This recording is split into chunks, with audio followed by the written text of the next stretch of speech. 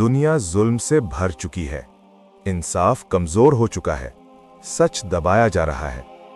ऐसे वक्त में एक सवाल हर मोमिन के दिल में उठता है, क्या कोई आएगा जो दुनिया को अदल से भर देगा? नबी करीम सल्लल्लाहु अलैहि वसल्लम ने फरमाया, मेहदी मेरी औलाद में से होगा, वो जमीन को अदलो इंसाफ से भर देगा जैसे वो जुल्म से भर चुकी होगी।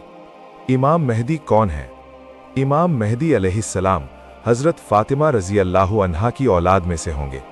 आपका नाम नबी करीम सल्लल्लाहु अलैहि वसल्लम के नाम पर होगा और आपका किरदार नबी सल्लल्लाहु अलैहि वसल्लम के किरदार जैसा होगा।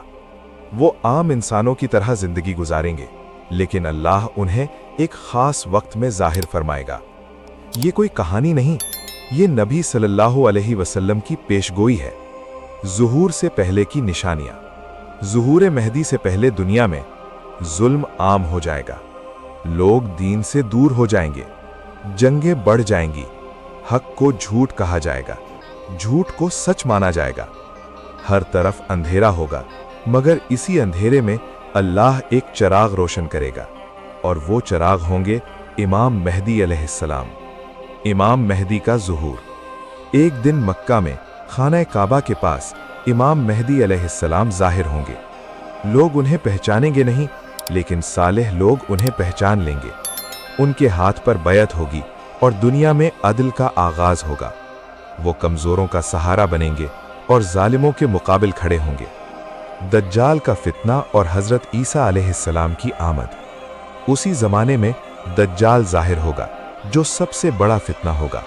फिर आसमान से हजरत ईसा अलैहिस्सलाम नाजिल होंगे और इमाम मेहदी के पीछे नमाज पढ़ेंगे।